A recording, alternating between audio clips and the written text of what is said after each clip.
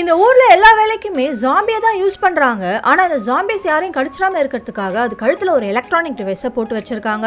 அப்படி இருக்கும்போது ஒரு நாள் இந்த பையனோட அம்மா எல்லார் வீட்லயும் ஜாம்பி இருக்குன்னு இவங்களும் ஒரு ஜாம்பியை வாங்கி வைக்கிறாங்க. இந்த பையனும் அந்த ஜாம்பிக்கு ஃபிடோன்னு பேர் வைக்கிறான். என்னதான் இது ஒரு ஜாம்பியா இருந்தாலுமே இவங்க ரெண்டு பேருமே ஃபிடோவை ஒரு பெட்டு மாதிரி ரொம்ப பாசமா தான் பாத்துக்கிறாங்க. ஒரு நாள் இந்த பையன் அவனோட ஜாம்பியை கூட்டிட்டு வாக்கிங் போறான். அப்பன்னு பார்த்து அவனோட ஸ்கூல் மேட்ஸ் அவனை போட்டு அடிக்கிறானுங்க. அதை பார்த்த ஃபிடோ அவனை பிடிச்சி தூக்கி போட்டுருது.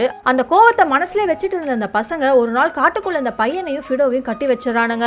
அதுக்கப்புறம் ஃபிடோவோட கழுத்துல இருக்க அந்த டிவைஸையும் உடைச்சிடறானுங்க. அந்த டிவைஸ் தான் இந்த ஜாம்பிங்களை கண்ட்ரோலா வச்சிருக்கும். சப்போஸ் அது ரிப்பேர் ஆயிடுச்சுன்னா அதோட எஜமானும் கூட பார்க்காம அவங்களை கடிச்சு வச்சிரும். ஆனா ஃபிடோ மட்டும் அந்த பையன் மேல உள்ள பாசத்துல அவனை காப்பாத்த தான் பாக்குது. பார்த்தா அந்த பையனை கடிச்சு வச்சதால அவனுங்க ரெண்டு பேரையும் இது கடிச்சு வச்சிருது. அதுக்கப்புறம் அவனை கட்ட அவுக்கிறதுக்காக இதை ட்ரை பண்ணுது. ஆனா அதுக்கு எப்படி அவுக்கணும்னு தெரியாம அவங்க அம்மாவை கூட்டிட்டு வரதுக்காக போகுது. அதுக்குள்ள அந்த ரெண்டு பசங்களும் ஜாம்பியா மாதிரி இந்த பையனை கடிக்க வராங்க. பார்த்தா அவங்க அம்மாவும் ஃபிடோவும் வேகமா கார்ல வந்து அவனை இடிச்சு இந்த பையனை காப்பாத்திடுறாங்க.